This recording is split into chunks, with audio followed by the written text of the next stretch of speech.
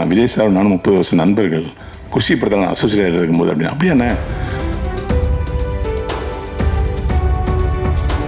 கடந்த ஆட்சியில் கவுன்சிலருக்கு 500 ரூபா, போலீஸுக்கு 500 ரூபா, டெய்லி 1000 ரூபா கொடுத்து மாதம் 30,000 ரூபா கப்பம் கட்டிட்டு இருந்தேன்.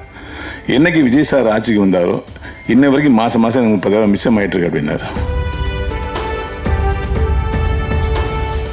நடிகனாக பேசுகிறதா எழுத்தாளனாக பேசுகிறேன் ஒரு குழப்பத்தில் இருந்தேன். எழுத்தாளனாக பேசிடுறேன். ஏன்னா இப்போ தான் லேட்டஸ்ட்டாக எலெக்ஷனில் தென்னிந்திய திரைப்பட எழுத்தாளர் சங்கத்தில் இணைச்சியாக வெற்றி பெற்றிருக்கேன். அதனால் எழுத்தாளராக பேசிடுவோம். உங்களுக்கு கிறிஸ்டியன் மதத்தை பற்றி தெரியும்னு நினைக்கிறேன். அதில் ஈஸ்டர்னு ஒரு பண்டிகை வரும். அந்த பண்டிகை அன்னைக்கு அந்த ஹால் முல்லாம் இருட்டாயிடும். பக்தரெல்லாம் கையில் மெழுகுவர்த்தி வச்சுருப்பாங்க. பாசான்னு சொல்லக்கூடிய ஒரு மெழுகுவர்த்தியிலேருந்து அந்த ஒளி மற்ற ஒளிகளுக்கு ஒளிபரப்பப்படும். அப்படி இப்படி இருட்டாக இருக்கும்போது அந்த ஒரு ஒளி யார் எடுத்து வருவான்னு வெயிட் பண்ணிட்டே இருப்போம். அந்த ஒரு ஒளி கிளம்பி இன்னொரு கையில் கொடுக்கும். அது கரெக்டாக 5 நிமிஷத்தில் 1000 திரிகளை வெளிச்சமாக்கணும். அந்த ஒரு ஒளியாக உங்களை நான் பார்க்குறேன். நீங்கள் தான் இங்கே திருமாவளவன் இருக்கிற அத்தனை பேருக்கும் ஒரு ஒளியாக இருந்து ஒளியை பரப்பப்பட்டீங்க. தென்னிந்திய திரைப்பட எழுத்தாளர் சங்கம், அதாவது தென்னிந்திய திரைப்பட பத்திரிகையாளர் சங்கம்னு சிஸ்டர் சொல்லிட்டே இருந்தாங்க. பத்திரிகை தொடர்பாளர் சங்கம், பத்திரிகையாளர்கள் தான் அவங்களுக்கு தொடர்பு படுத்தி இதை நியூஸை போடுங்கன்னு சொல்கிறதே அவங்க தான். ஆமாம், நீங்கள் நிறைய முறை அர்த்தம் சொன்னீங்க சார். அதாவது நான் விருதுநகரில் பிறந்து காலேஜில் படிச்சுட்டு இன்றைக்கி நான் வெறும் ரவி மரியா விரிவுரையாளர் அப்படின்னு ஒரு போர்டு தான் எங்கள் வீட்டுக்கு முன்னாடி தொங்கியிருக்கும்.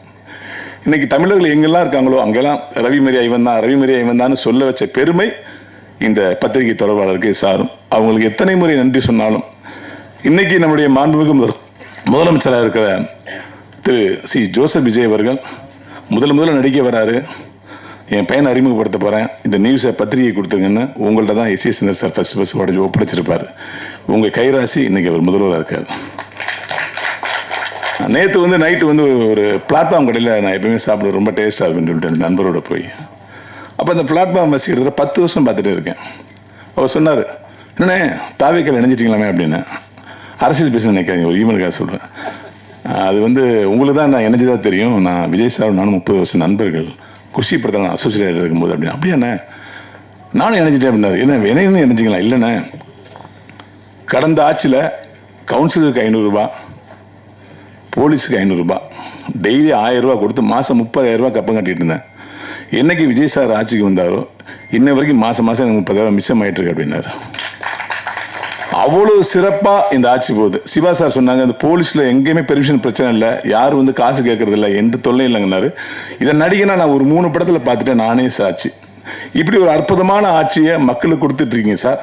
ஆனால் சினிமாவிலிருந்து போன ஒரு முதலமைச்சர், சினிமாவிலிருந்து போகிற எங்களுடைய துறை அமைச்சர் ராஜமோகன் சார் நான் நடித்த நான் சிரித்தால் படத்துடைய படத்தில் நிகழ்ச்சி தொகுப்பு பண்ணி நினைக்கிறேன் சார். கொரோனாவுக்கு முன்னாடி நான் அன்றைக்கி ஒரு ஸ்பீச்சை கேட்கும்போது உண்மையிலே இவர் ஒரு நல்ல ஸ்பீச்சராக இருக்காரு, ஒரு நல்ல எதிர்காலம் இருக்குது, இப்படி சினிமாவிலேயே ட்ரை பண்ணிட்டு இருக்காருன்னு நினச்சேன். ஆனால் காலம் உங்களை சரியான இடத்துல சேர்த்து இன்றைக்கி அமைச்சராகிருக்கு சார். காலத்திற்கும் இயற்கைக்கும் ரொம்ப நன்றி சார். எங்களுடைய கோரிக்கை ஒன்று தான் சார். வருடம் விருதில் 7 வருடம் 8 வருடம் சேர்த்து கொடுக்கப்படுது. சிறந்த நடிகர், சிறந்த தொழில்நுட்ப கலைஞர்கள், சிறந்த இயக்குநர்கள் இப்படின்னு எப்பயுமே 8 வருஷம் 5 வருஷம் சேர்த்து தான் கொடுக்குறாங்க. சம்டைம் அந்த அவார்டு வாங்குறவங்க நோம்பு இல்லாமல் கூட போயிடுறாங்க சார். இப்போ எனக்கா இல்லை, எங்களுக்காக ஒன்று பண்ணணும். வருடம் அந்த வருடம் முடிஞ்சு ஜனவரி மாதம் பிப்ரவரி மாதத்துக்குள்ள அடுத்த வருடத்துக்கான அவார்டை உடனே அனௌன்ஸ் பண்ணுற மாதிரி ஒரு குழு அமைத்து வருஷம் உடனே கிடைக்கணுங்கிற மாதிரி பண்ணணும் சார். ஏன்னா அப்பொழுதுதான் அந்த படத்துக்கான மரியாதை, அந்த நடிகனுக்கான மரியாதை, அந்த தொழில்நுட்ப மரியாதை கிடைக்கணும் விரும்புகிறேன். 5 வருஷம் இந்த படத்தை நீங்கள் பண்ணீங்களா, வாழ்த்துக்கள் பாஸ் சொல்லும்போது அந்த கிக்கே குறைஞ்சிருது. ஸோ விருதுகளை மட்டும் அப்பப்போ வழங்கணும். எழுத்தாளர் சங்கமாக என்னுடைய கோரிக்கையில் என்னென்னா, நம்ம தலைவர் சொல்லிட்டாரு, நான் எழுதி உங்கள்கிட்ட கொடுக்குறேன்னாரு. அவங்க கொடுப்பாங்க.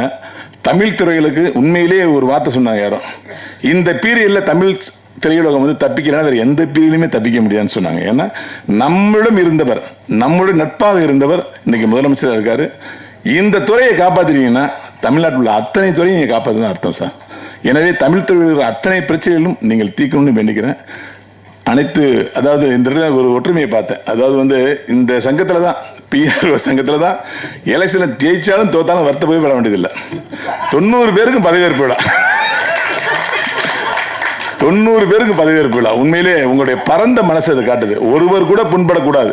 இவருடைய ஃபர்ஸ்ட் படத்துக்கு பிஆர் வந்து மௌன ரவி என்ன, அவரை கூட்டு வந்து அவரை ஹானர் பண்ணது, பொதுக்குழு உறுப்பினராக்குனது, அமைச்சர் வந்து கீழே இறங்கி போய் அவரை வந்து நான் வரேன்னு சொல்லி போட்டோ எடுத்தது, இதெல்லாமே வந்து ரொம்ப சந்தோஷமா இருக்கு. இந்த நிகழ்வுலாம் பல வருஷம் நடக்காம இருந்துச்சு, இப்ப நடந்துட்டு இருக்கு. அனைவருக்கும் என்னுடைய மனமார்ந்த வாழ்த்துக்கள். நன்றி.